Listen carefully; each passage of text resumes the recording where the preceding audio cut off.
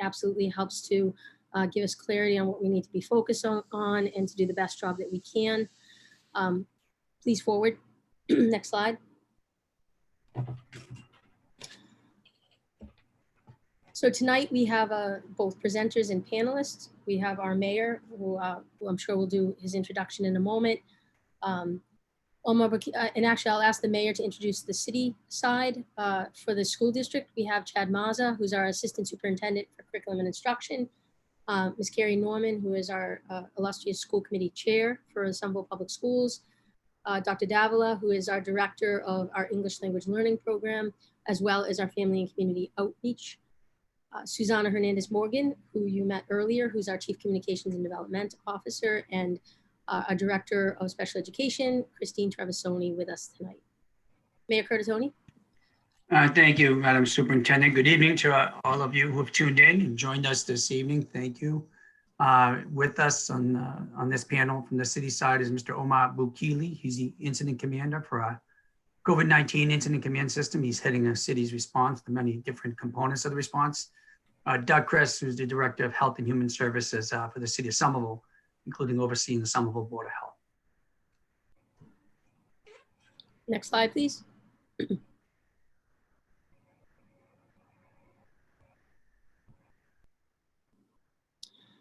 So in this town hall, much has changed since we last came together in a town hall. And that was after getting some additional information relative to the building evaluations and relative to our testing, which were two key elements that the mayor and our school committee and superintendent and myself all spoke about. We saw as keys to having a safe return for our staff and our students. And so we made the difficult decision to have all of our students in the first phase of the hybrid return fully remote, as a way that we would have the time to be able to remedy the issues and make sure that the buildings and the testing are in place, as well as to continue to let you know early on that the all remote would be happening, and to have our staff be able to work closely with us so that we can implement all the suggestions that you have made that did not work back in the spring. And rather than have the kind of emergency response of a remote curriculum, to really have a robust system that works for our families and works for our students. As you know, we've worked and reported to you in a really transparent way everything we've been attempting to do in terms of readying the schools for an in-person return, everything from our PPE to our signage, to furniture, to storage, to using the outsides. These are all key things that allow us to be able to ready to take students and staff back safely. But the two key things that continue to need work, and that I know the mayor and his staff will speak to, are relative to the building, ventilation, filtration systems, and the virus surveillance testing that we hope to get into place as a system. One thing that's clear from staff, from you, and from our students is that we can't replace in-person learning with remote. It's a tough balance right now, but our health and safety of the students and staff and families in the community has to be our top priority to make the decision. And we are working our hardest to ensure both that the remote system reflects your feedback and is robust and a much better experience for our students and our staff, as well as being ready for the buildings for that time when we will be able to welcome our students back in physically. We know that this is extremely challenging for families. We have heard that clearly. There are no easy answers to this, and there's no perfect plan. But one of the things that we are trying to do relative to support for families is to look at options with our recreation department, with our community schools, and with some of our other youth providers to find ways that we can bring children together outside safely, social distance with masks, to be able to do activities that will help balance that social, emotional, mental health for them, will help them feel connected to their classes so that when they experience in the remote, they have those relationships. We're also actively working with our teachers union around how we can use the outside as a way to have staff and families and students come together so that students actually can start to build those relationships with their teachers so that remote learning is more successful. So with that tonight, we hope to be able to inform. I know the and answer some questions. I know the mayor would also like to address, the initial phase of the plan. Thanks, Madam Superintendent. And again, thank you everyone for your patience, your flexibility, and all that you've done to work together as a community to help us take on COVID-19. As we've mentioned in previous meetings, the challenge of opening up schools in a way that ensures the health and safety of teachers, staff, our students, and the entire community, and in a way that is sustainable, is a complex one. I've written articles about an article about how there's a hot mess. And to do this right, there are two major areas we need to address to support the robust learning we all want to achieve, even in a remote world. But as we ramp up to hybrid, one, we need to address needs of our buildings that need to be adjusted to ensure that one, our air handling systems, our HVAC systems, some of the physical components of the classrooms and buildings themselves. One, it ensures safe social distancing, proper air exchange, and again, a healthy and safe environment. The superintendent and I've spoken about this in the previous meeting. We've had some preliminary work done by engineers, and we've done an analysis of building assets. There are some buildings that are very challenging. As you can imagine, the present high school has the central building, which is one we are still occupying, dates back to 1895 with some changes that have been made over the years, but buildings like that, Edgerly and Brown, are challenging. But for the most part, our buildings, the school buildings, are much better shape than city buildings. Still, there'll have to be adjustments, some investments to do some of the things as listed here, whether it's around air filters, again, having proper air exchange, looking at the HVAC systems, or eliminating commonly touched areas like plumbing fixtures with no touch features. And again, how do we for example, deal with an issue, keep doors open at all times, but still ensure safety as well as windows.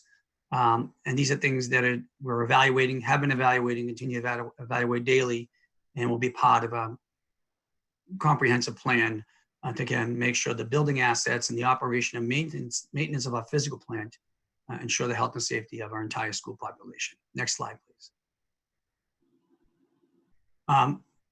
As we're doing this, we are guided by science, we are guided by data, we are guided by expertise, and we're also evaluating many indicators locally around the region, statewide, and even nationally. We're looking at the rolling average of positive cases, a daily number of positive cases. It's important to recognize that today, Massachusetts, as of today, has seen a 50% increase in the number of positive cases, whether they're confirmed positive cases or probable. That is a data point that we pay attention to. We've seen spikes in different parts of the Commonwealth, and where you have clusters, you tend to have community spread. So paying attention to that, as well as our own cases here. We're looking at the Commonwealth's testing capacity as we think about how we implement surveillance testing, which I'll talk about, I've spoken about before, and I'll give you an update on that. People should understand that. I want to clarify that the Commonwealth today, its testing capacity has gotten incrementally better at best since the summer began. And we're seeing challenges today in terms of obtaining supplies to support testing, like reagent and other supplies. The contact tracing capacity of the Commonwealth is not where it should be. Locally, we have a robust contact tracing effort, but that needs to be supported also. Contact tracing allows us two things. One, it provides information and data real time for us about what is happening and how the pandemic is changing, especially any resurgent that may be rising, and allows us that sort of real time information to deal strategically to contain any spread. We'll also look at how the pace of the trends are. What we don't want to be in a situation, as some have said, well, you should keep it under 5%, your positivity rate, but if you reach 9, it's a problem. By the time we recognize it reaches a high level of positivity transmission, positivity rate, it'll be too late. When you see it on the ground, it's already vastly bigger than it is. So again, we need to look at a variety of indicators and as a collective approach to understand what is happening. Again, we're still relying on expertise, epidemiologists, and the guidance of science and research to as we move forward. Next slide, please. The major component that we want to implement as part of the plan and will implement is a surveillance testing plan. As I explained before, and many of you probably heard this either in the news, read about it, some of you have personal expertise in that. Baseline testing for the entire student population before we start any physical attendance of school. Teachers, staff, students, regular sampling testing of a certain percentage of a population on a certain schedule to understand how and if and how the virus is impacting the school community. We are working with partners different partners to achieve this, both the Cambridge Health Alliance. We've been also engaged with a Broad Institute, as well as a third party who will have to come in to support the front end of actually facilitating the testing as we develop the plan. We are still working on what the percentage, what we're still trying to understand, and we will nail down, is the percentage of the school population that needs to be tested and on what schedule that would have to be. This will be coupled and supported by other protocols such as contact tracing, which the city is doing and continuing that effort and continue to build it up, as well as any other mandates that come down from the Board of Health to ensure that, again, we're keeping our entire population, school community safe and healthy, and we're monitoring everything real time. Have indicators that on a real time basis and inform us and allow us the flexibility and the leadway and runway to contain any outbreak in our school as well as our community. Next slide. I'm going to hand this back to the superintendent. Thank you, Mr. Mayor. So as the mayor has thoroughly covered, the priority is and always will be the health and safety. Again, we're talking about a gradual return to in-person. In-person is still our goal, and to do it as quickly as possible, but as safely as possible.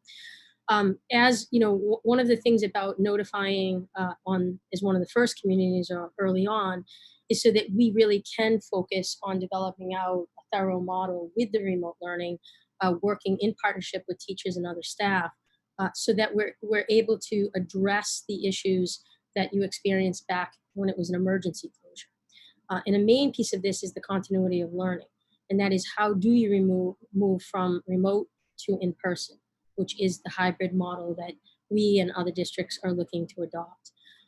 This has to be done, in partnership with the teachers to look at it, so that there is on the remote days continuity.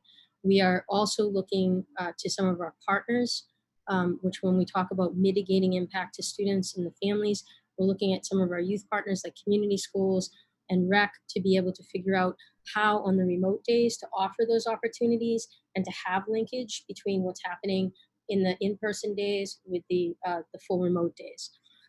This will be extremely important in developing out the full remote to start so that we can quickly and nimbly switch to the hybrid in person when it's safe to do so. This would have to be done regardless of starting all remote or not, because the likelihood that the virus will rear up during the school year, that there will be COVID cases, that there will need to be classes quarantined or schools shuttered for periods of time is a strong likelihood. And so therefore, educators and families being prepared to know what to do in those cases and moving back and forth between remote and in-person is going to be key.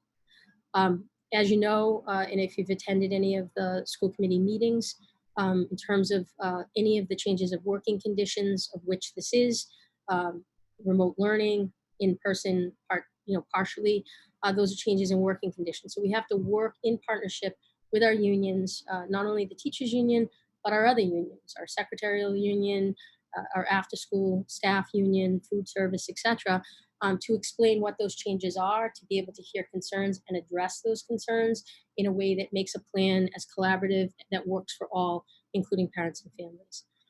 The remote curriculum planning, Mr. Mazza is going to address in the next slide, but to reassure you that we've heard loud and clear the feedback of what has not worked in the emergency closure. I don't think we heard a lot different from what has happened in other districts. It was an emergency period, and so people responded accordingly. We've now had time to prepare, We now have further time to prepare. And so the expectation is that our remote system will be far more robust, that live teaching will be a big piece of it, that schedule will be a big piece of it for the students, grading, attendance, all of the pieces that for districts and for families were very difficult to accomplish during the remote period last spring. Yesterday, the state announced and shared with the districts some information on learning management system opportunities. These are vendors that the state will procure with that will make it easier for us to be able to use. They've vetted them, they've looked at them to see which systems align best to our standards here in Massachusetts, to our scope and sequence. These are asynchronous systems. We would further support them if and when parents wanted with our own staff to be able to help support relative to academic support, or to be able to complement it with some social emotional opportunities while we're all remote or in the remote portion of the hybrid. We have had through survey, a good percentage of parents that are interested in this option. So we will be evaluating it. Again, got it yesterday. We will be evaluating it over the next week, looking at how it complements the various systems complement our flow within the school district, and then be able to hopefully offer some options here for parents that are looking for more asynchronous types of activities for their students, but still be able to stay within the district and gain credit. And then finally, just in terms of the mitigation, can't emphasize this enough, there's no way to take away this issue and sting.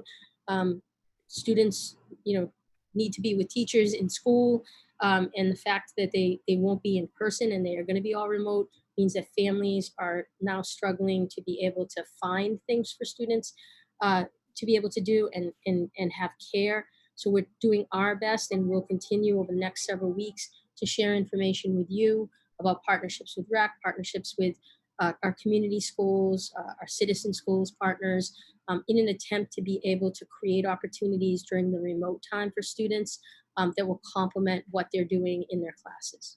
So more will come on that in the next couple of weeks. I'm going to introduce Mr. Chad Mazza, who's our Assistant Superintendent for Curriculum and Instruction, and I know that he has some information he'd like to share on the remote curriculum. Sure. Thank you, Madam Superintendent. So, again, we appreciate your input, through the surveys, through emails, through conversations that we've had. We really value that. And we knew going in that remote learning, was a definite possibility. It is a possibility even with the hybrid plan that we were looking at. And so we know from your input that what happened in the spring was reactionary, it wasn't developed as well as it should have been, and it didn't work in a lot of ways. So we knew going in that we had to create something that was far more robust.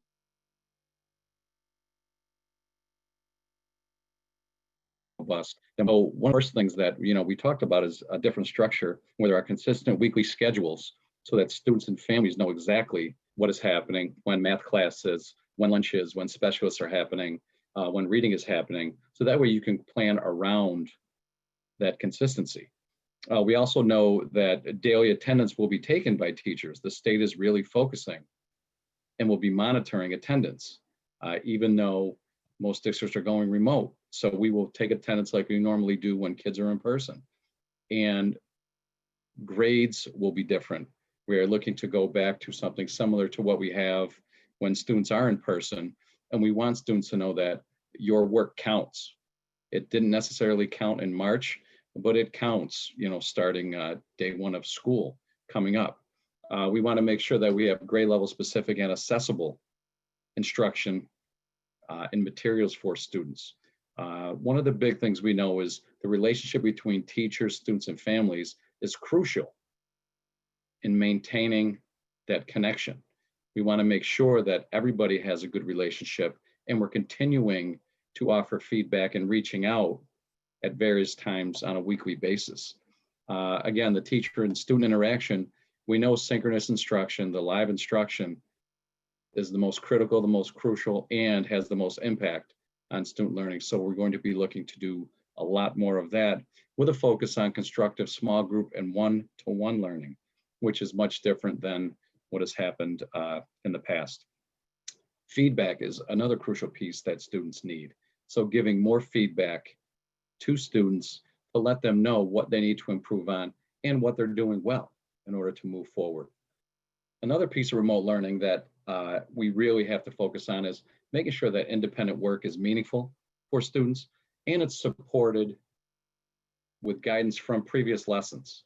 So it's connected to what has already been learned and it's a way to extend those skills. And we're also looking at continued efforts to, ensure that all students have internet and have a device and are able to access what they need to curriculum and instruction wise. We're also looking at having consistent platforms across a district so that if you have kids at different schools, you're not looking at 3 or 4 different platforms. It'll be 1 to 2, and it might even be the same platform, which will make it easier for parents to assist and monitor. And we're also looking at providing professional development and training for families and for students to mitigate some of the issues that may happen. So, we are continuing to work hard. We are creating teacher teams and planning around instruction because we want to make sure that kids across the district are getting the same instruction, getting the same material. So that way, no matter where they are, they'll be getting a quality education remotely.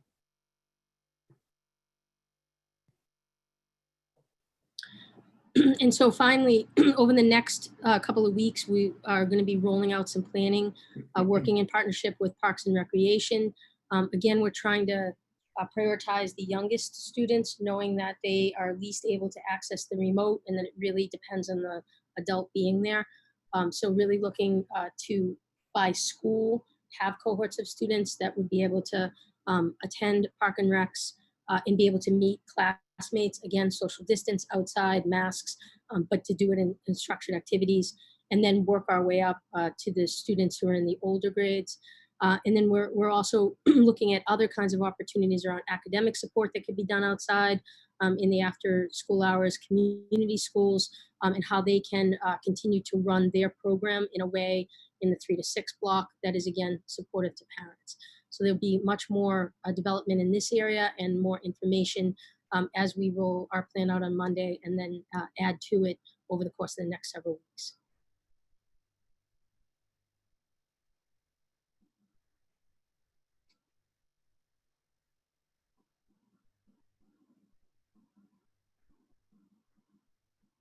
So I think at this point, we're going to transition to the questions. And I am going to attempt to help with this. So bear with me. So one of our questions is around if families choose the fully asynchronous curriculum option, so referring to one of the state options, will they still keep their child's assignment in their school for when the school when the schools start reopening? Or do you have to redo the lottery? So this is a great question. This is a question that we're actually going to take up at school committee on Monday because it has to do with assignment. I can say that my recommendation is going to be and has been that we consider this a 1-year emergency period. I think if we're thinking of students and families, keeping the students and families intact in their community school is the best option. But this does require dialogue, and so we will be taking it up at the Monday conversation. Another one, our children are suffering deeply from social isolation, particularly young children who cannot effectively communicate with their friends through technology. Can the district provide a specific idea of how they intend to address our children's social and emotional development and well-being through a fully remote model? So again, the goal is to get our students back because we do know that from a social emotional standpoint, students are struggling and will continue until they're able to be with each other. I think our attempt in working with partners like the rec and partners like community schools is to create some of those activities where students could come in contact outside safely, social distancing with masks, as a way to be able to get some of that interaction.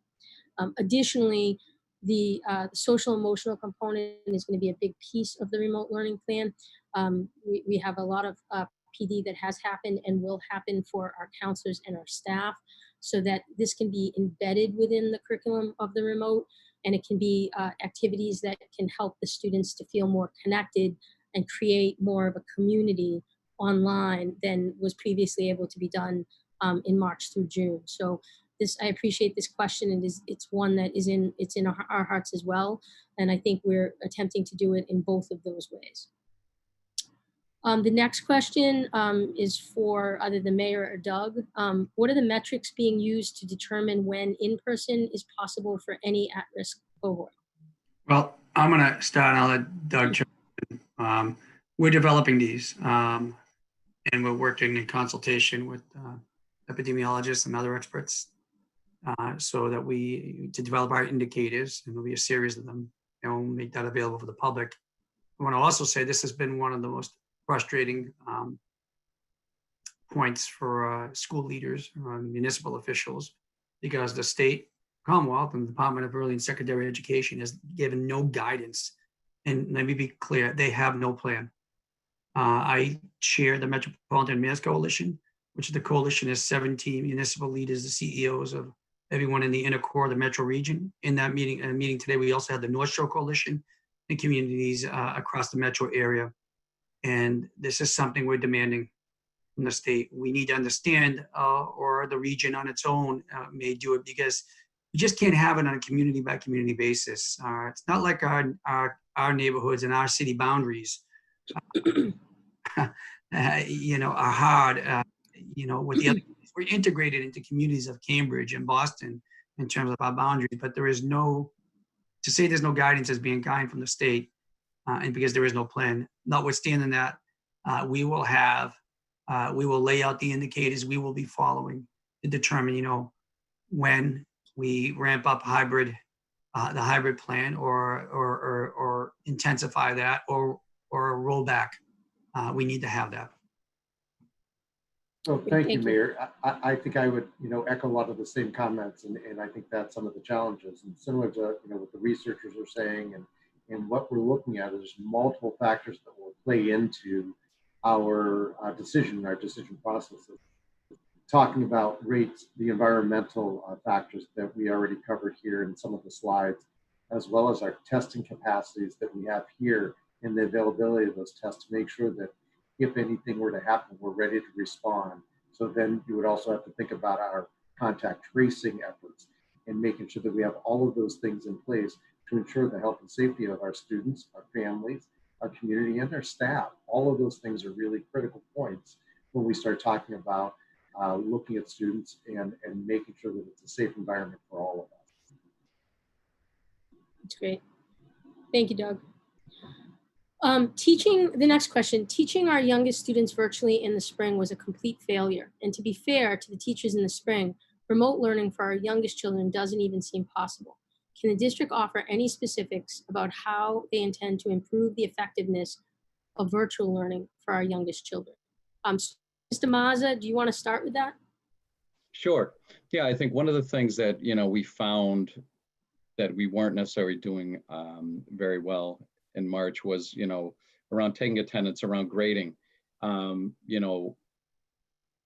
our younger students, we want to make sure that they have more live face-to-face time, but it's not an all-day face-to-face hours at a time, because we know attention spans, and it's not necessarily the best thing to have, younger students sitting in front of a computer.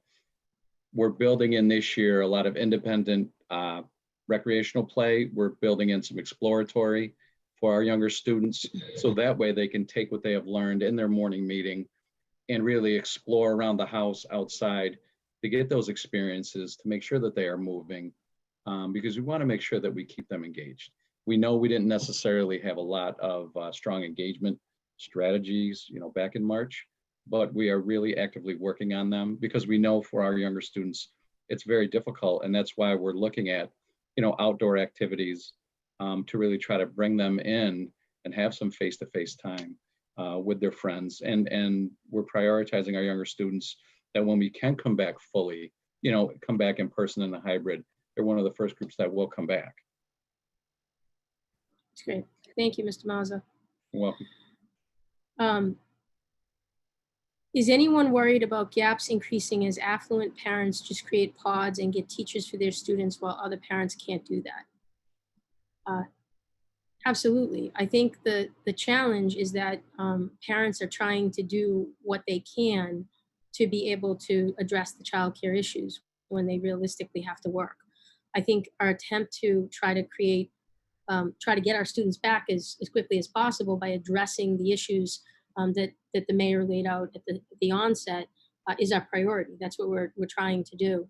But I think in the meantime, really trying to give options, particularly to our youngest students and parents, we see that as a responsibility and really as an entire community responsibility.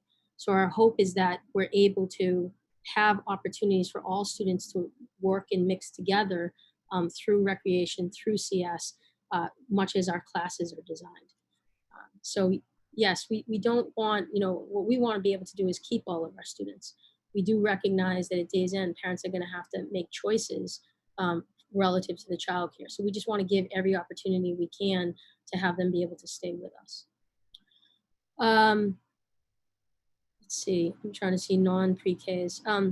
Given that a vaccine is not given, what happens if there isn't one? Are you and the STA planning for that? So, I mean, I will start by saying that I think what we've outlined relative to the building, ventilation and filtration and the testing pieces are not reliant on a vaccine. They're just reliant on safety. And so making sure that we can address those is our priority. I think as the mayor spoke about having metrics and laying those metrics out as to what will be deemed as safe, that is also our priority. I don't think anyone thinks that we can't return before a vaccine. That's not our goal. It's not our plan. But I think that right now I can't speak for STA. I know that right now collaboratively we're trying to work together to ensure safety of student staff, and then to have a sound remote plan that includes a phase in of back in person as quickly as possible.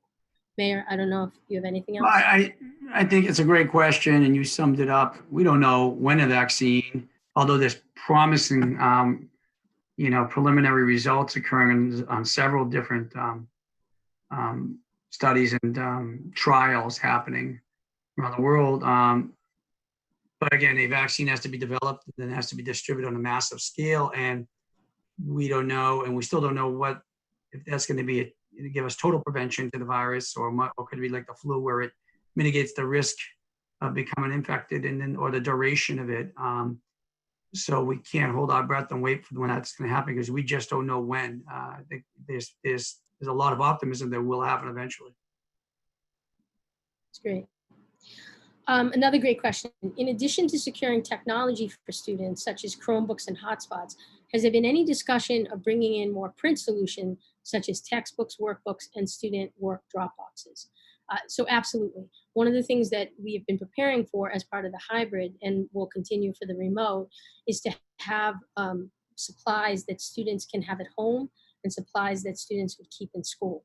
And these can range from general school supplies to small whiteboards, to math workbooks or reading books, having bags of the books, in addition to things that are specific to music or to art that students may need in order to complete assignments at home. So the plan is that those will be given out as part of the setup for the school year, in addition to the technology components. Mr. Mazza, I don't know if there's anything else you want to add to that? No, I think, we know that that's could be a major barrier. And we actually had the conversation today, in a meeting about specifics as to what, students would have to have sent home. Like the superintendent said, math workbooks, general supplies, things that will make them more successful when they are home learning. We know that that's an issue, and we're looking to, replenish them throughout the year. So that's not just a one-time thing. Great, thank you.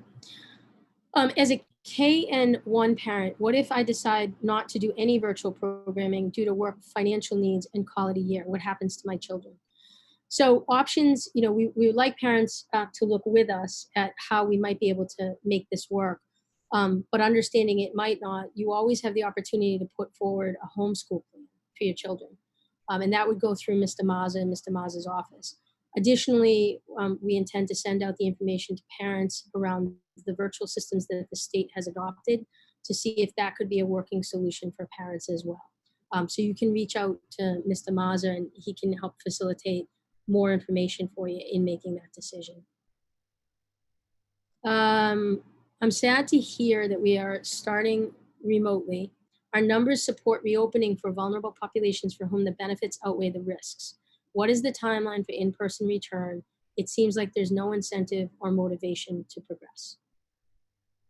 So I think there's two parts to the question. I think one is around the metrics, which I think the mayor indicated and Doug Kress indicated. So we're working actively to be able to determine those.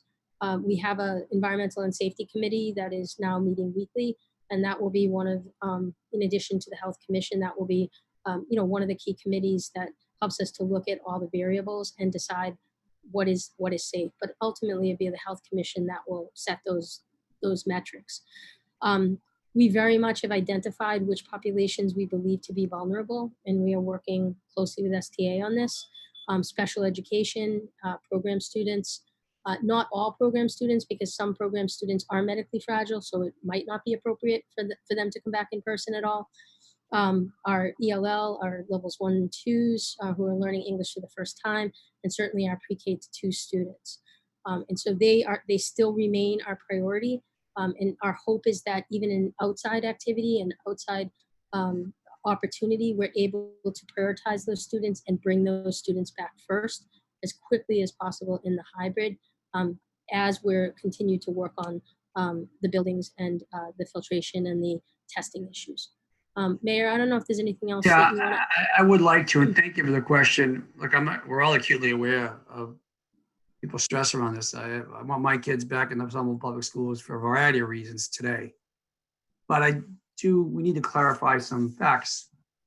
One, even if the indicators we established today said they would allow for any part of the student population to attend school physically, the buildings are not ready yet. And we don't have surveillance testing up and going yet. The other important thing to keep in mind is there's been a lot of back and forth and information and confusion, even from experts, about the risk of transmission among students, especially our youngest students. All we have are the lessons learned. So up until what has happened recently, we're watching in places like Georgia, around the world, everybody closed schools. And it's not till reopening we're starting to see some lessons. In Israel, we've seen. We're going to continue to learn this as we evolve and move forward.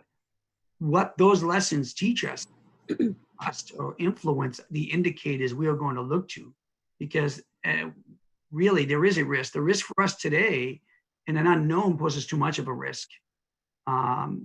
Small numbers can flash the big ones. So I understand this is a good question, but so much of the information is getting turned upside down today as we speak, as some school districts are opening and we're seeing outbreaks even amongst young children. So I'm going to actually stay on this theme. This is a question that it's come a different way, but I will ask this one that has a little bit more description. And this could either be for the mayor or for Doug Kress. When do you expect the health department will have numbers for the metrics they're developing to govern reopen? For example, what new cases per 100,000 will be used as a threshold? Doug, I'll allow you to chime in. We haven't developed those yet. And I'd say it wouldn't be accurate or right for us to even guess at this point. And I know you're not asking that.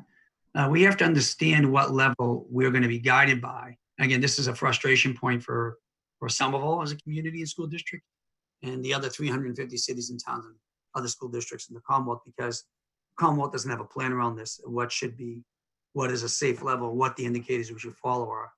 And again, we need to reconcile that against the lessons being learned in school districts around the world and how the virus has impacted those students and those populations and being transmitted. We will have that for you. Those discussions are ongoing as we speak. I'll hand it off to Doug Kress to add to what I've said. Yeah, thank you, Mayor. I think that that's a critical question to ask. And as you have said, we don't have the answers to that yet. It's something that we're working on. The state hasn't given us any guidance.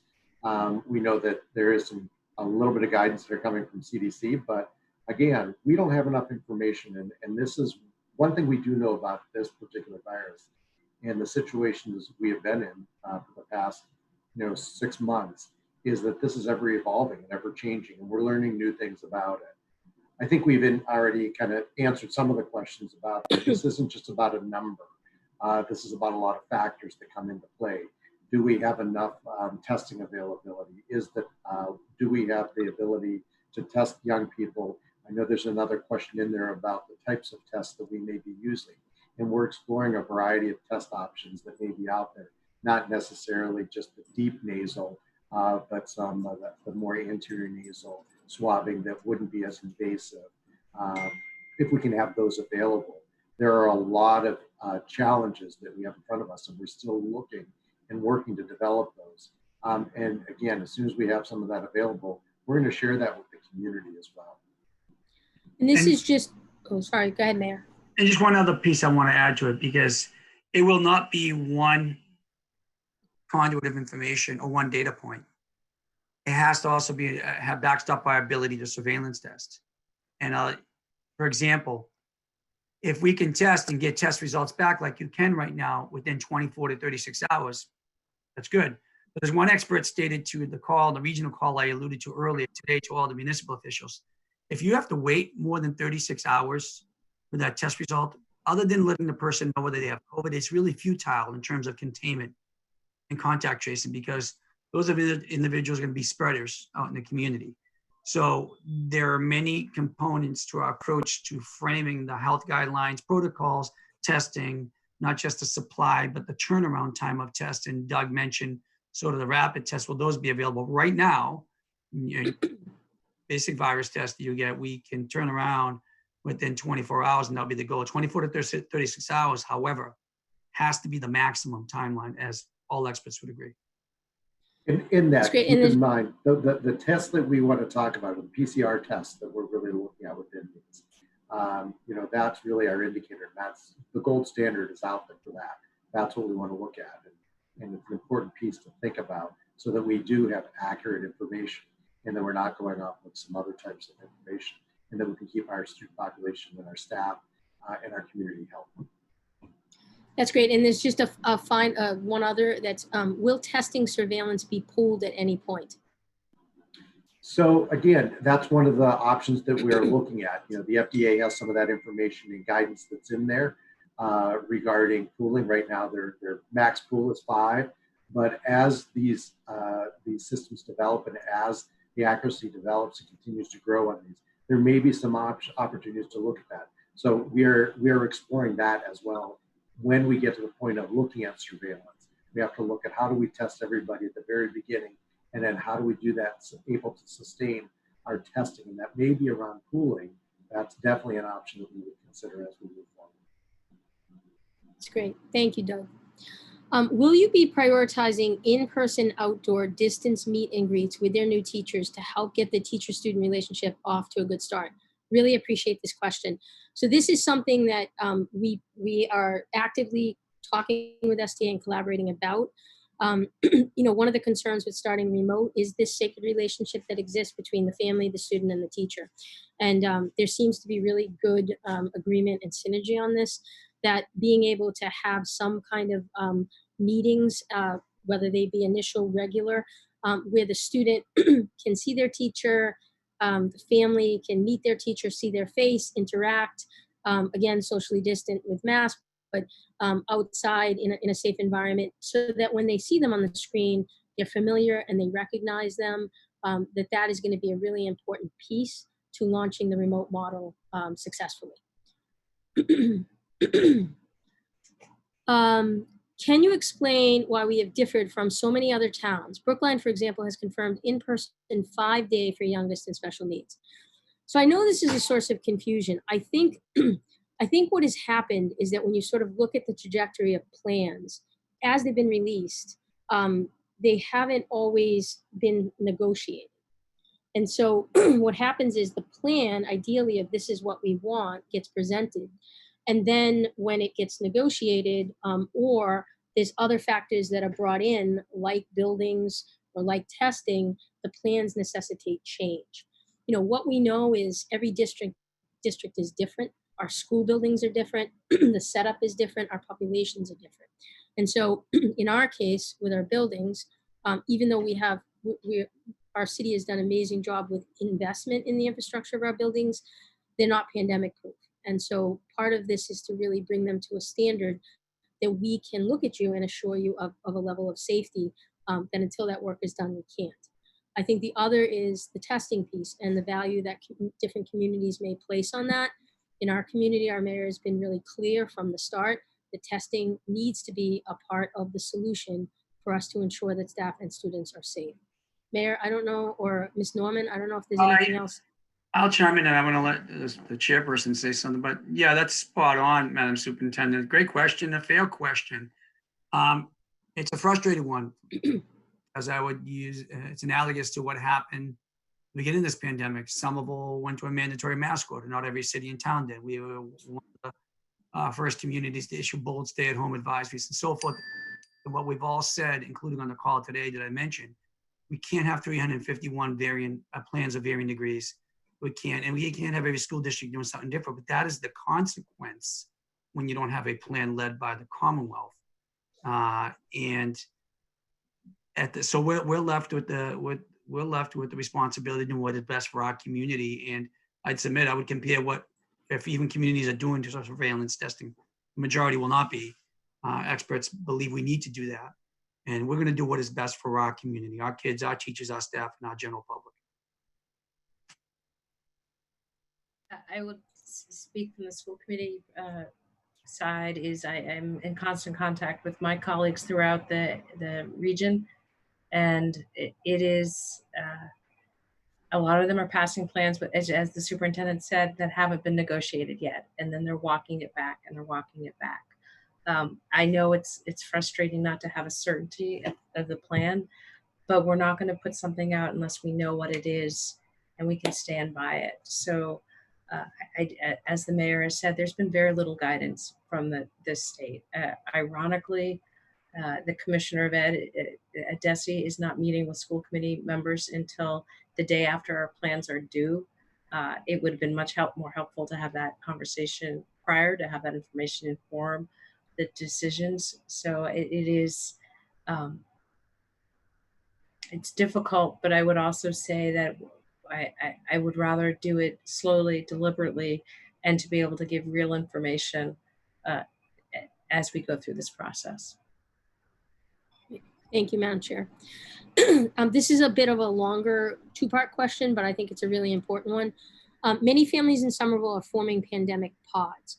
I loosely define a pod as a group of 2 or more families who break social distancing to meet in real life with each other while maintaining social distancing outside the pod. The purpose of a pod may simply be to socialize the children or adults, or a pod may be formed for childcare, where adults watch each other's kids or share a nanny, or for educational purposes. For example, some pods are hiring tutors or teachers. I worry pods may further create inequity in the district. Does the district or city have any advice or guidance for those of us forming pods? I would personally like to form a pod with another family in my child's class. When will those classes be available? So I think there's sort of several parts to this. One is potentially, it sounds like some advice relative to the health side of mixing or co-mixing. I will take the ed side.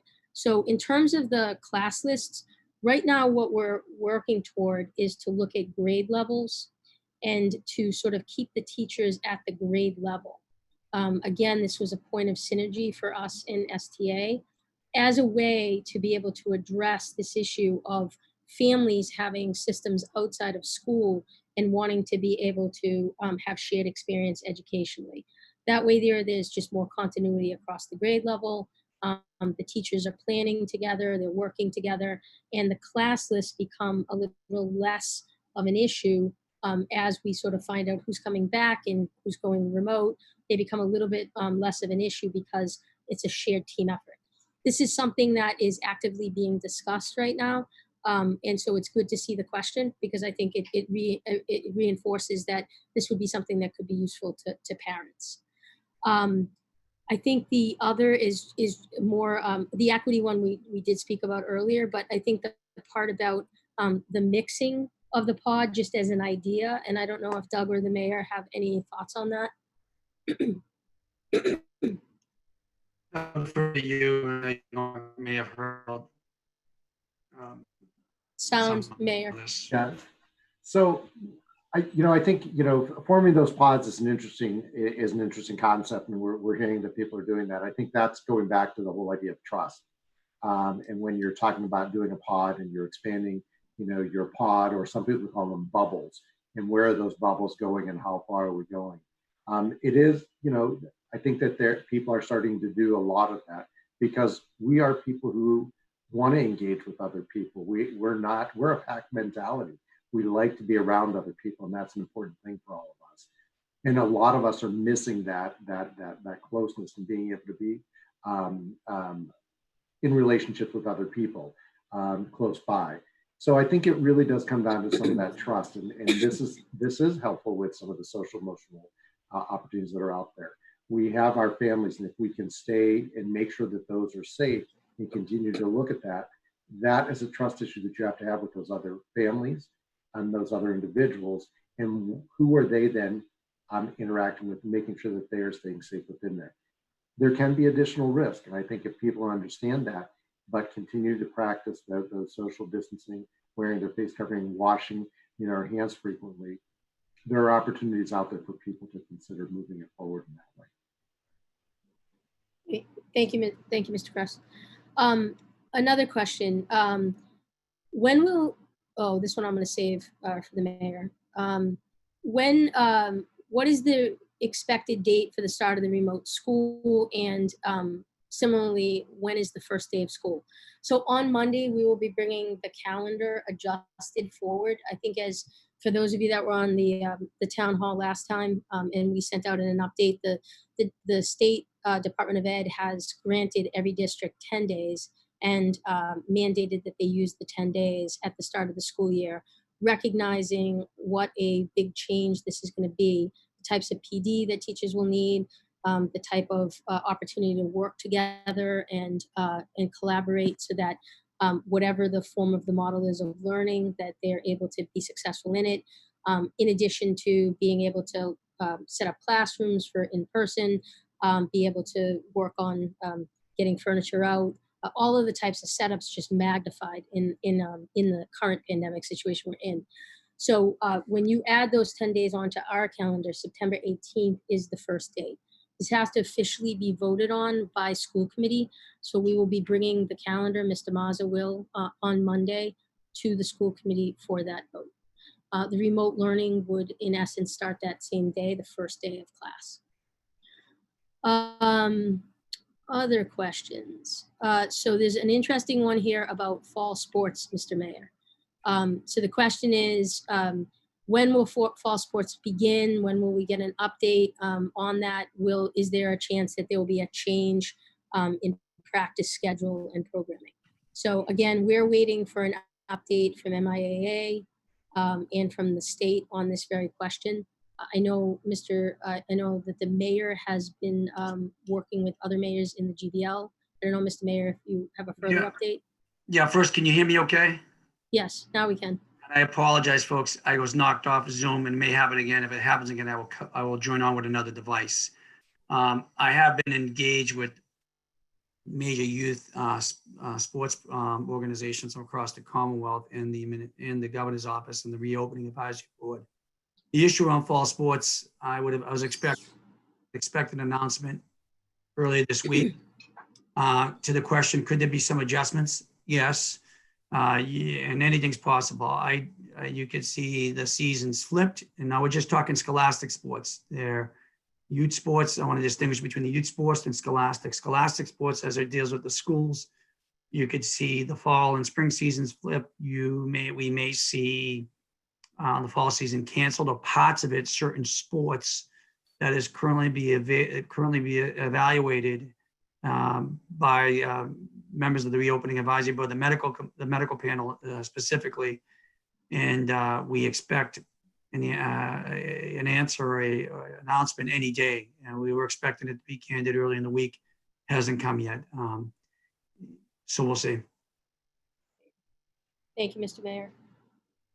The next one, when can we expect teacher and class assignments for the kids and has a daily schedule of classes been determined like Boston has suggested. So this is what we're actively working on with STA right now. So as that information happens, we don't want to have to change it. It will come out. Some of this is negotiable and some of this is stuff that we have ideas, strong ideas about. So we will be working on that and getting that information to you over the next several weeks. Let's see. Some of these are good questions, but they're on the same themes as we've already talked about. One is on the high school. Mr. Mazza, I know this is, if you could just give an update on the high school. The point of the question is really around high school years being so impactful and important. And so what is the type of planning that's happening at the high school level right now to ensure that students will be well cared for? Yeah, I can tell you that the high school planning has been pretty intense with department heads, teachers, counselors, because they want to make sure that they're in full support and supporting students in every way possible with remote learning. They're in the process of creating rigorous schedules for students. They're not complete yet and they have to be negotiated, but they know as well what happened in March wasn't our best effort, and they know that kids need to be taken care of, especially at the high school level. So they are intensely working on creating a robust, remote learning system that will be required for all students. It's not optional. Again, they'll be taking attendance like we normally would when school is fully in session, and there will be grading. The grading will be similar, although it hasn't been negotiated yet, but we're looking at having it similar to how in-person grading is, so that students know that the importance of this remote learning, which is far different than how it was in March. Thank you, Mr. Mazza.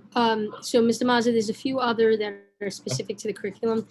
Independent work for lower grades, how much parental feedback and involvement is expected, or involvement is expected? So we know from, the survey that parents spend a lot of time with their younger students working on curriculum, working on independent learning.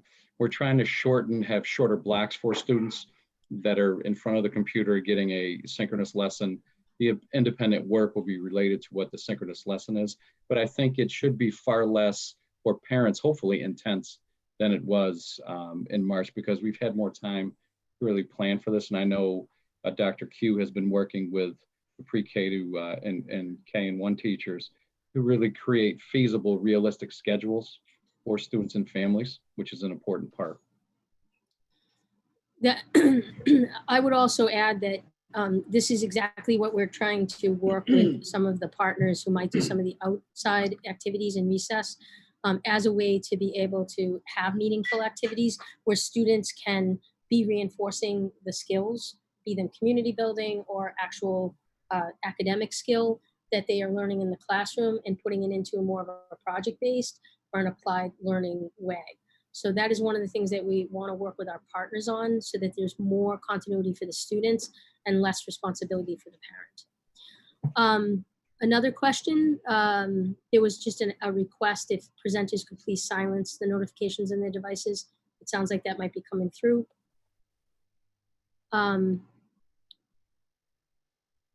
How often do you intend to test the youngest students, given that the test can be unpleasant and there is evidence that they do not spread the virus?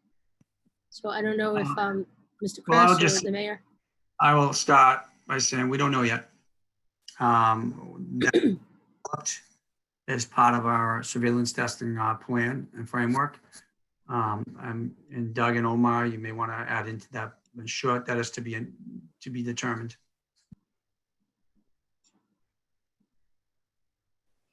Doug, you want to go ahead and I can add? No, if you could start with that. I had a hard time hearing what the question was with Mary. So the question was for our youngest students, how often do we anticipate needing to test, given it's a very unpleasant test? Yeah, as I mentioned earlier, yes, I realize it is unpleasant, and if anybody has had that done, it's something that we can do. It's just never an easy test to do. So that's why we're exploring other options that are out there, such as the anterior nasal, which is the shorter swab that just goes right inside of the nose. That's not as invasive as the nasopharyngeal, which goes further back and actually is in a deeper system. So that's what we're looking at to try and bring forward as an option for us. Great. I think Omar? the only thing I would add, Madam Superintendent, very quickly is there are various tests that may be in the pipeline in terms of approval by the FDA that would potentially give us the capacity to collect samples in a less invasive fashion, so beyond the nasal swabs. The other point that I really wanted to clarify, that the science is not clear when it comes to of or meters of science is not settled very clearly, we're always going to err towards the side of safety. I just want to make sure that it's clear. Omar, can I just ask you to repeat that last statement? Unfortunately, you came through echoed. So, as long as the science is not settled when it comes to children, regardless of their age, being spreaders or vectors of transmission, I think that the most cautious approach would be to err on the side of safety and wait until the science is clearly settled. Okay, great, thank you. The next one, in what way is the district amending curriculum to reflect the repeatedly stated emphasis on the student's social emotional well-being? What content are you going to teach differently or additionally? So as you know, we have a second step. Additionally to that, we want to work as part of the PD with the teachers around how to be able to respond to students' transition and adjustment issue, as well as continued need when we're in a remote setting to be able to address emotional concerns. Having the counselor educators, the district-wide social worker, bringing to bear all of those resources as a way to support the teachers. The district-wide social worker that we've hired is to support staff to be able to address issues that they may be seeing with a student or with a class, and come up with ideas of how they can embed within their class the kinds of lessons or activities that would help students to work out some of what they've gone through. Some of that will be, you know, depending on the student's age, natural transition trauma, and others will be other kinds of trauma that will require a deeper intervention. We've had students that have lost family members from COVID. We have students that have lost their housing and are now living with different relatives. We've had, or homeless. We've had students who whose whole family has been impacted by the disease. And so it really ranges as to what some of the trauma is that the student's gone through. Big concern for everyone is that when students are not in school, and I think you see this nationally, abuse is often underreported. This is the reason why we kept in place our counselors throughout the remote, and we actually almost doubled the ability for families and students to have teletherapy and be able to connect with Cambridge Health Alliance, with our Riverside, with our Home for Little Wanderers.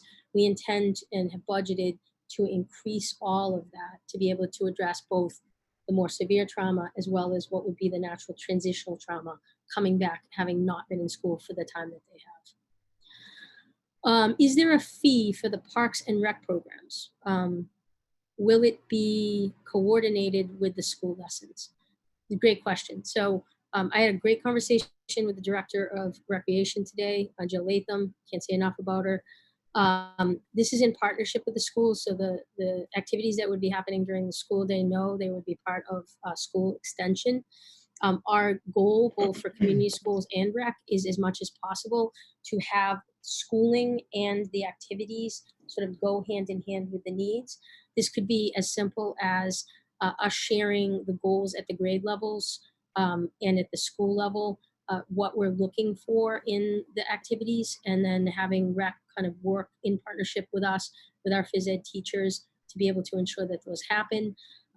It can be as deep in community schools or in citizen schools, where there's like a natural layer that exists between the school the student's in and the teachers that the student's with, and that after hours experience.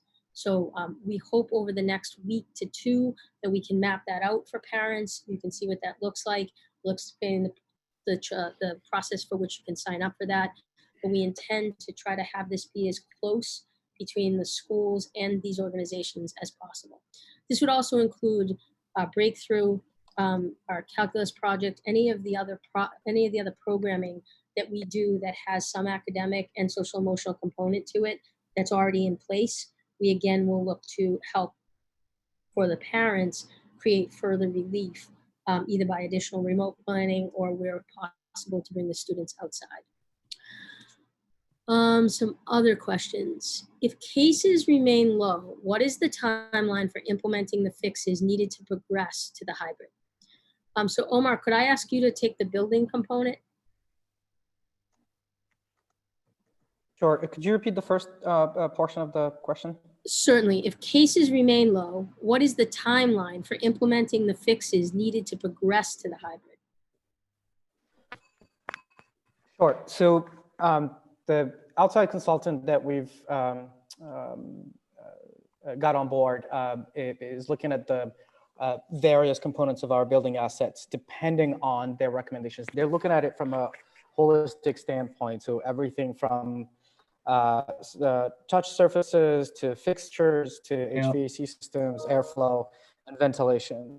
So depending on the building asset itself, the work required, and they'll make those recommendations, will be different. So it could include everything from small fixes that need to be put in place to pretty significant upgrade to our systems.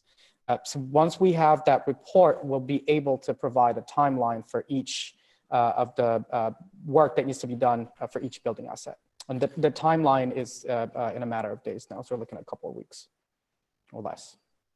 Does that answer? Great. I think that does answer the barrier Good relative question. to the buildings. I think the other question is around the other, which would be the testing. So I think maybe we can reiterate that one. Mayor, I don't know if you want to take that one. Yeah, I mean, as we said, it's along the same timeline. These components are being developed simultaneously and in parallel with each other. So we're having daily conversations with outside organizations that would support our efforts, whether it's Cambridge Health Alliance, the Broad, or again, another third party would have to be brought in to facilitate the front end of the testing. And at the same time, we're, again, as I mentioned earlier, we're consulting with experts, medical and health experts around the protocols and of testing, how often, what percentage of our population and such. So, or in that same time period will be, as I want to clarify again for folks, it's one coordinated plan, education component, the building and physical plan component, and the testing and health component, guided under the umbrella of the protocols and mandates and guidelines of the Somerville Board of Health and the Commonwealth. Great. Thank you, Mayor. For the outdoor recreational activities you are hoping to provide, what do you expect will be possible from a capacity perspective? The rec department ran some really great outdoor camps this summer, but they filled up really quickly. Do you expect to have more capacity in the programming you are planning? So the answer is yes. We're in conversation with our director of recreation. We are looking to use not only the school fields, but we're also looking to use some of the larger fields as a way to be able to use full staff from recreation. Each keeping the 6-foot distance and the masks. Schools would range between 30 and 50, depending if you're using a field or a school site. And we're looking at an AM or an earlier morning and then an afternoon session. So we definitely expect to be in the several hundreds capacity relative to rec. Then when we talk about community schools is going to be running their 3 to 6 o'clock program. That will obviously have reduced capacity because of the social distancing outside. But nonetheless, that will also have several hundred students. We do want to prioritize the pre-K to 2, knowing that they're not going to be able to get the same experience on the remote. But beyond that, we want to ensure through our other providers, our citizen schools partners and some of our others, as well as REC, that there would be some opportunities for the middle school grades as well. So we hope over the next 2 weeks to have that mapped out for you and coordinated. One thing we have to coordinate is the outdoor green space, because as you know, we want it to be able to create opportunities for staff, families, and students to come together, staff and students to come together. But we also want to be able to use it for these kinds of social, emotional, outdoor activity experiences. So we just need to make sure that it's all coordinated in effort, and that hopefully can be done over the next week to two. Another question, is there a possibility that some classes at the high school will be canceled? So I think this is in reference to a particular class, as if like a particular class may not be able to be offered because of, say, low enrollment. Right now, the high school is proceeding to be able to offer the courses that they had students sign up for. There's always some flux that happens as we get closer to school, and we sort of look at students' ability to be able to take multiple classes that might conflict or be at the same time. Again, we are anticipating schedules for the fall. And so as a result, there would just be the normal process that would happen, where if a class ends up really under enrolled, then we might aim to cancel that class and offer something else, but not because of the COVID situation. This is much more just the normal flow of the high school. In terms of the high school itself, as Omar indicated, we should be getting additional data back on the high school relative to the main building and to the Edgeley building. And then after we get that, we will be able to update you as to what the plan looks like for our ability to address issues or to have an alternative plan for the high school. Mr. Mazza, I think this is one for you. How can younger students connect with strangers to deal with social emotional issues? I think this may be in reference to if you don't know your teacher, if you don't know your classmates, Right. how is that possible? Yeah, and that's one of the things that we're looking at and working on, is trying to figure out ways to get younger students in outdoor spaces to meet their new teachers, to meet their classmates, especially the ones that they haven't met before, because we know that the social emotional aspect for younger kids is extremely important. We want to get kids in front of teachers as much as possible, and I think we're going to continue to plan and try to find ways to use our outdoor spaces at each building so kids can have face time with their teachers and their classmates. Thank you, Mr. Mazza. Christine raised her hand too, I think. Oh, I'm sorry, Christine. Can I just add that we're also trying to work through professional development around how do you build a sense of community. And that's part of our PD work before we go into the remote, is really, we've got some great resources from Jessica Minahan and other resources on how do you build a sense of community, even if it's remote. And I think there's some great opportunities there. That face-to-face would be great, but we have to balance them between the remote and face-to-face. Thank you, Christine. This is a good one. Can you talk a little bit more about what taking attendance means? One of the big challenges we had last spring with my kindergartner, now first grader, was that he would just not be interested in what was going on and would quit Zoom. If I'm on a call or trying to work, I can't then redirect him to focus again on school. It seems impossible to both work and constantly monitor my child to make sure he's actually paying attention to what is happening in school. So this is a great question. We're waiting for some additional guidance on attendance from the state. We got some notification that different from the normal present or absent, there will be an actual present absent for remote.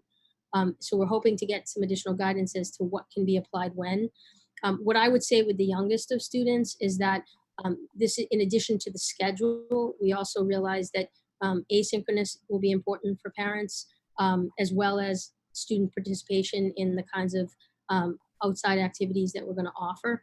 And so those certainly we will find a way to be able to contribute and count toward the development of the student, particularly in pre-K and K, where that is less of a compulsory issue relative to the state. But once we get some clarification relative to attendance and what we need to do for that, we'll share that with the parents. But this is a great question, and one that we know is not only one that Tim's asking, but one that other parents of pre-K and kindergarten will want to know.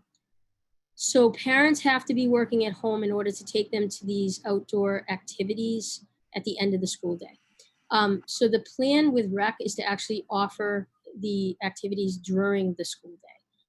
And then community schools would continue to offer in the after school hours. So the idea is to have a menu that can also help parents, that if they are working from home, there's a place that students, particularly pre-K to 2, will be able to get some relief and go to and build their community skills. So it would be something that we would see as having an 8:30 to 3 for rec, and then community schools 3 to 6. This is what we're attempting to do so that there's lots of flexibility and opportunity for the parent side. This is a great question, and I will have to follow up on this one. I know not every district in the Commonwealth has decided as of yet to go fully remote, but is there any word on about school lunch SNAP benefits being extended? So this is a question that we will follow up. I will talk with Regina Bataldo about. What I can say is that for us, food security is a critical component to students being successful. So we will ensure that breakfast and lunch and grab and goes are still available for the remote days. And then when we return in hybrid, not only for the in-person, but for the remote days for the hybrid as well. We will continue to run our sites because we know they're just impactful and that families need them. But we will find this out and get some more information on that. I know Susanna Morgan can record that question. For younger students, is they're thinking about how to minimize parental oversight if there's more scheduling and live teaching. So I think, Mr. Mazza, if you want to talk about the engagement component. Yeah, so one of the things that we're looking at is, shorter blocks for younger kids with the live synchronous teaching, and then some independent activities that go right along with the lesson that they were just taught. Because we want to make sure that, we have student engagement, and we want to make sure that kids are excited about what they're learning. And we want to try to take some of the burden off of parents. We know, in the spring, there was a lot of burden on parents, and we're trying not to replicate that because we know parents have to work, but we're trying to make more engaging activities. So that way, when students are in front of the computer or they're working independently, they're excited and really working on what they need to. Thank you, Mr. Mazza. This is a great question. Christine, I know you're going to want to weigh in on this one. How are you accommodating children with IEPs and mental health disorders such as oppositional defiant disorder, ADHD, ADD? What services will you put in place to help them, and afterwards, and who's running the Parks and Recs for the social needs? So in comparison, just thinking about community schools, one of the key things we did with community schools was to actually build a position that helps to be able to make this translation for students who have IEPs or 504s, and how to be able to better meet their needs and out in different kind of structured activities. I would see us working very closely with REC similarly on this. Christine, I don't know if you want to speak to this specifically. Yeah, I think that we've really put an emphasis on the social emotional, besides our usual stuff of our work with our school adjustment counselors and our counselors and our emphasis on it throughout the day. We're working on professional development around trauma-informed training and positive reinforcement and engagement strategies. Again, how do we make the instruction meaningful and engaging? One thing that we learned not only in the spring, but especially during summer school, that students tend to perform best when they're meeting with teachers either individually or in small groups. So we're trying to look at how we can not just have 20 kids on a Zoom call at the same time. It may be that there's times for kids to come together as a group and see each other, but how do you break that into, I guess, to use some of the language that's been on this, like pods of their own, 4 or 5 kids meet with a teacher, meet with other specialists or paraprofessionals to get some of that support in a smaller group setting where they can be more interactive and more engaged. We've also been working with our BCBAs and our outside providers to really enhance all of the supports that we have in place. So it's a pretty exciting time, and we're excited by the opportunities that we have in front of us to plan for. Great, thank you, Christine. Could you talk more about the outdoor learning options you mentioned at the end? Will they be organized by the cohort students will be in when they eventually hopefully move to hybrid? Will they be available to all students or certain priority student groups? Will they start in September? Again, several great questions. So this is one of the things we have to coordinate around. We have to set this up so the students are by the cohort that they would be in for hybrid. Again, the system has to be able to move from full remote to hybrid back to full remote to necessitate whatever happens with the virus. So yes, we will be looking at keeping them in the cohort that they would be in, so that Monday, Tuesday, or that Thursday, Friday. The Wednesday, when Jill and I spoke, would be more open. So that would be something where they could just sort of do play options like they've done in the past around the city, shorter duration, as a further way, since that would be an all remote day relative to the schedule in the hybrid. The other piece of that, will they be available to all students? Yes. Our anticipation is to start again prioritizing the pre-K to 2, knowing that they are at least able to sort of access the remote. And yes, the plan is to start them in September as early as possible. Please talk about the high school. When will students learn their course schedule offerings? How many courses have been canceled? So as of now, no courses have been canceled. I think as Mr. Mazza spoke earlier with the high school, there's been active planning going on for the high school with schedules. The schedule itself is something that is part of the negotiations, and it's something that we have to work with our STA members on, and we are doing that actively, as in, tomorrow. So our goal is to try to get some of this information out to parents as soon as possible, just understanding that we have to go through that process.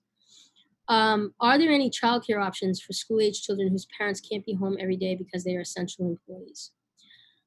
Yes, so this is exactly what we're really trying to work on. Additionally, and again, no promises, but we are trying to work, Lisa Q, Dr. Q, who could not be on the call tonight, who is our early childhood lead. We want to look at the mixed delivery system across the system to see if there's any options for the youngest of students. So not the students that are currently enrolled in the system, but the youngest students ages 0 to 3, to see if there's some additional childcare support that we might be able to give to parents. So again, we hope in the next 2 weeks to be able to have some additional information on that. Continuing further partnership with Head Start, for example, or increasing our own capacity relative to internal daycare. There was a question in that I also wanted to, I can't find it now, but it was a really good one. It was a question about orientation for freshmen, and whether or not there's any opportunity for the rising 8th graders who are now freshmen to actually get to meet each other and to get to meet staff. I know that in the 9th grade experience that the team at the high school is talking about this and how they might be able to set this up over a staggered schedule so that students would have a sense of who's in the class, and also, again, to be able to meet their faculty outside social distance and masks. So that is something that the high school is looking to do. I think the rising 8th graders are a concern I know that I have as a high school person, because they had a very abrupt finish of their 8th grade, and now going into the high school, we want them to be able to orient as much as possible, and that's always difficult to do remotely. So we will try to complement that as best we can with some outdoor components to that where it is safe. Another question.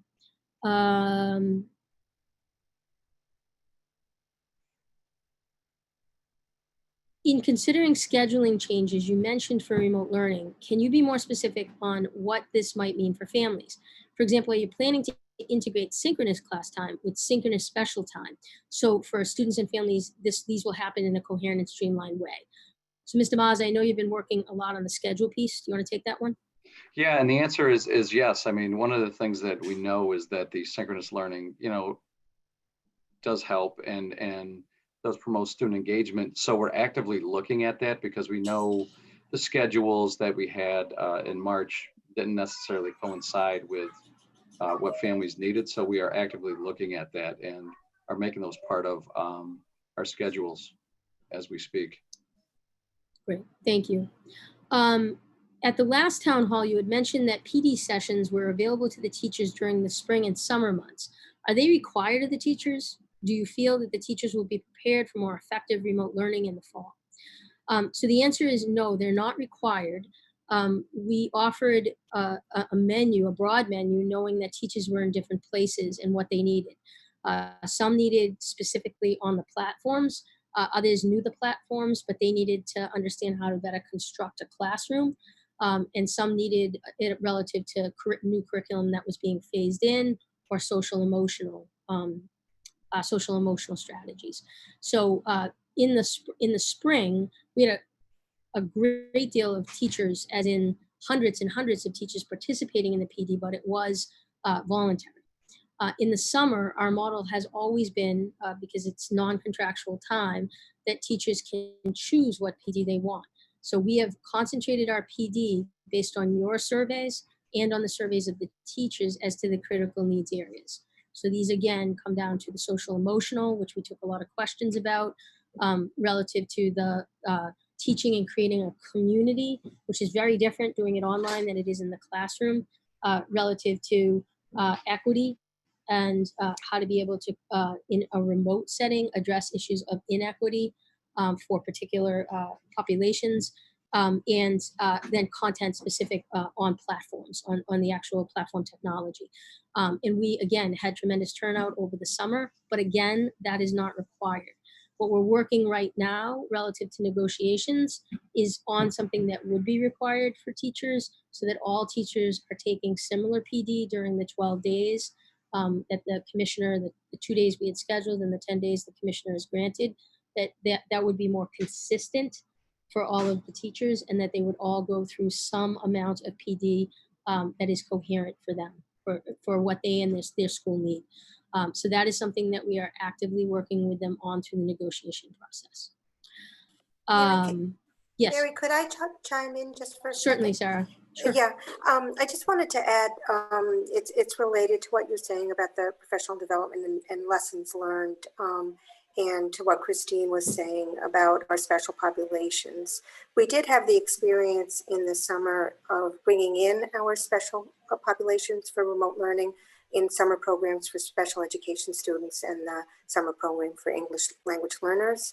And we were very successful, I think, more successful than we thought we would be in the challenge of engaging those students who have not been as engaged in remote learning. And one of the things that we realized is that we could schedule counselors, we had a spell counselor in our academic synchronous learning session. And it was very supportive in motivation, engagement, and participation. So there are things that we can do in the remote learning setting that actually is value added to the physical environment, which is very exciting when we think about that, looking at what the opportunities are for the remote learning. Wonderful. That's a great addition, Sarah. Thank you very much. This one here, is there a way for I appreciate this one. It just starts off by talking about having a good experience in the spring, and asking about the teachers in the class lists. And again, this is something we're talking actively with STA about the grade level, so that teachers will see students can see a team of teachers, and parents can see a team of teachers, and there can be more coherence across that team. But the question is there a way for families to help virtually? Will our principals communicate these opportunities? This came up in the spring, and it's wonderful to see it again. There will be ways for families to be able to support and to help. And we will coordinate, as we usually do, through the principals. So there's always volunteer opportunities, and then there will certainly be some opportunities relative to the classes. So we will make sure that principals are able to seek that out from you, for anybody that's able to do that and willing, and give some ideas about what some of those volunteer opportunities could be. Even if it's determined that students can return to in-person learning in schools, will there remain an option to keep some children fully remote for the entire fall or whole year? So the answer is yes.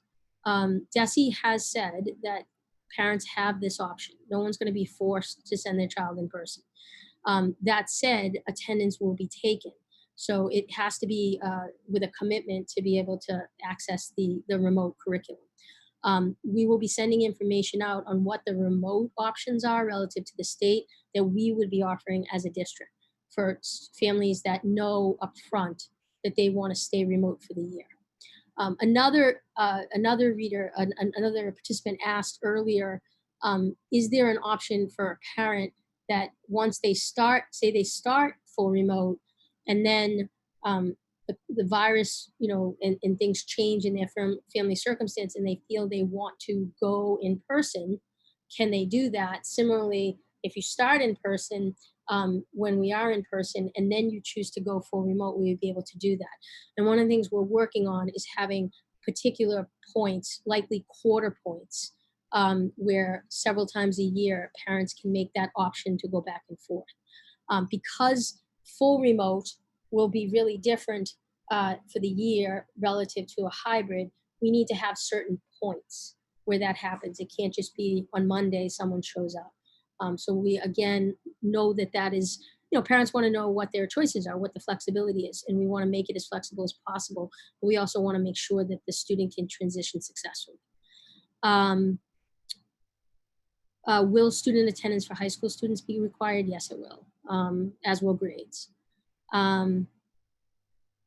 Some teachers in the spring offered work that could be printed at home, so children had less time on the screen. What if you don't have a printer? Is there a place for the district to print copies that could be picked up by families? Yes, this is something, so in terms of the handing out of materials, we'll be doing that. This is something that the teachers have actually asked us about. And so we will have facility open within the building to do printing, so that families that are requesting print can work with their teacher to see that they can get some of that. And we'll hopefully have that at multiple sites so that it's convenient for parents. I am recognizing the time. I'm going to take just a couple more questions. When will the academic calendar be finalized? Will there be a delay in the start of the school year? So Mr. Mazza, do you want to address that one? So the academic calendar, we are going to bring 2 iterations of it Monday to school committee to take a look at. So hopefully by next week that is finalized, and it will be delayed a little bit based on the state's 10-day, for us it's 12 because we have 2 days built in already, planning period. So it will be delayed just a bit. Okay. But it will be brought to vote on Monday. Yes. To the school committee, and the day that we will be bringing forward is September 18th as the start of the academic year. What happens to after-school programming once we move into the hybrid model? Will they be running on a hybrid model of some kind as well? Wondering about El Sistema in particular, but also more generally. So yes, so for the after-school for CS programming, community schools, that would also follow hybrid. They have to have a reduced number of students. They've been running a summer program outdoors, and it's been very successful, keeping the student number lower. So their capacity will be reduced. They are also looking at hiring more staff. And again, if the facilities outside allow it, we will be able to do a bit more there for capacity to help parents out. In terms of El Sistema, this is an interesting question. So there's specific guidelines around music. Instrumental, wind instruments, but also singing choir. So this is something that Rick Saunders, who directs our overall music program wonderfully in SPS, will be deeply engaged in as to what we will be able to do relative to El Sistema, whether it will need to be remote or whether there could be for some instruments in person outside. So that is something that he will actively be working on. So I'm gonna end with this one, and I think this is a Mayor or a Omar question. Are the ventilation issues surmountable? Apologies if this has already been answered, but is this a non-starter? Will the report be made publicly available? Let me start and then I'll hand off to Omar. The report will absolutely be made public. In some cases, and we're able to find a report, in most cases, they are surmountable, and Omar, correct me. And some it'll be a question about what will it take to be surmountable? Will it take so much time that it, such as the high school, it may not be a cost benefit to it. And we're trying to understand that. And Omar, I'll let you take it from there. No, I think you're on point, Mayor. I think most of our issues are going to be surmountable. The devil is always in the detail, and it'll depend on not just the time it would take to. Omar, I think you need to lean into the machine. You're in a Wow. little bit of a dead zone there. To upgrade or reconstruct materials, gear, or filters in the machine. Did you lose me? We did. It was just a little bit. It was just a little bit underwater. Do you Okay. think you could just try that once more, leaning in, maybe? Yes. So, maybe this is better. So I think the last piece of the comment I was making is at the end of the day, it'll also depend on our ability to procure the right materials, considering that everyone is trying to get their hands on the same type of gear and machinery and assets. But I would echo the mayor's comment. Yeah, and I would say, Superintendent, it's not going to be a question of, we'll invest what we have to invest to prepare the school buildings. Let me put it that way. Great. Thank you. Thank you, Mayor.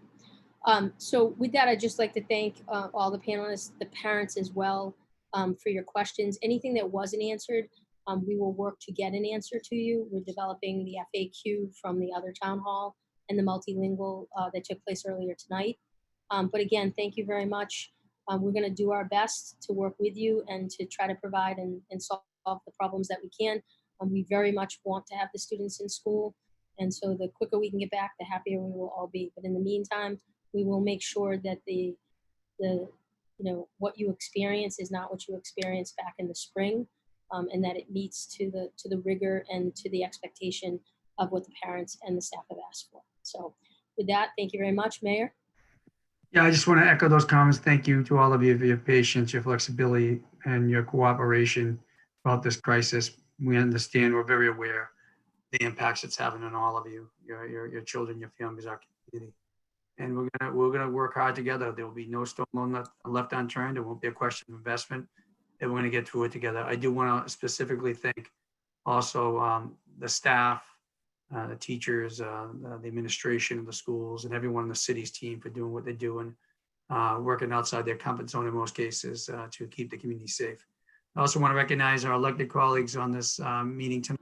Strezzo from the City Council, Sarah Phillips, Ward 3, Andre Green, Ward 4, Laura Breton, Ward 5 for the school committee, and also, of course, Chairman Norman. And thank you all for joining us.